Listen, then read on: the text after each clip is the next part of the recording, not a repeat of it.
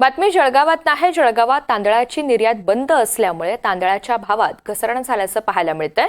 अनेक वर्षांनंतर तांदळाच्या भावात क्विंटल मागे 1.5 ते 2 हजारांची घसरण झालेली आहे।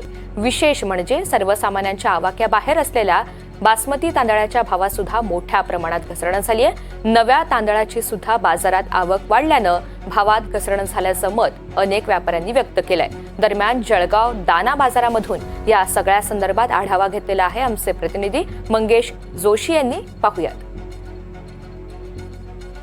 भावात सातत्याने वाढ जी आहे ही कायम पाहायला मिळते। मात्र यावर्षी खरं तर तांदूळाची मोठ्या प्रमाणात आवक झाल्याने त्यातच आता नवीन तांदूळ हा देखील बाजारात येत असल्याने तांदूळामध्ये काहीशी घसरण जी आहे ही पाहायला मिळते आहे। दरम्यान आपण जळगावच्या दाना बाजारमध्ये आहोत आणि या ठिकाणी आपण बघतोय की खरं तर विविध व्हेरायटीचे तांदूळ जे आहेत हे विक्रीसाठी उपलब्ध असतात आणि ग्राहकांकडून देखील खरं तर विविध व्हेरायटीच्या तांदूळांना देखील मोठ्या प्रमाणात मागणी असते।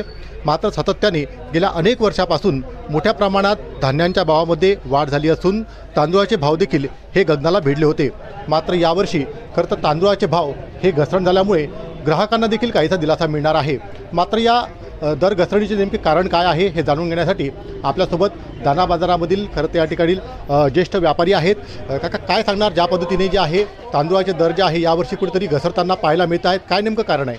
नेमकं कारण असं की गल्फ कंट्रीजमध्ये एक्सपोर्ट होत नाही आहे लाँग ग्रेन बासमती त्याच्या, आणि नवीन क्रॉप समोर आहे, तोही बंपर क्रॉप आहे।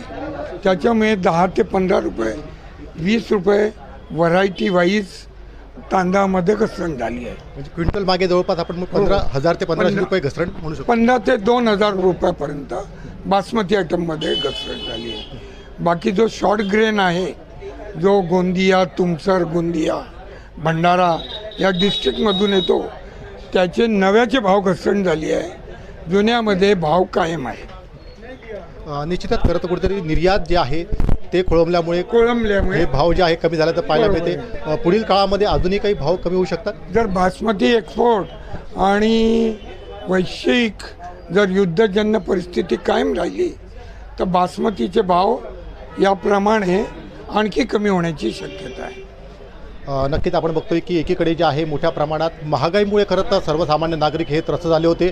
मात्र कुठेतरी निर्यात जी आहे ती बंदी असल्यामुळे आणि जागतिक पातळीचा परिणाम जो आहे खरं तर तांदूळाच्या भावावरती यावर्षी झाल्याचं पाहायला मिळत असून परिणामी तांदूळाचे भाव जे आहेत ते क्विंटल मागे 1500 ते 2000 रुपयांनी घसरल्याचं पाहायला मिळते आहे। त्यामुळे निश्चितच सर्वसामान्य ग्राहकांना मात्र हा मोठा दिलासा मानला जात आहे। मंगेश जोशी, NDTV मराठी, जळगाव।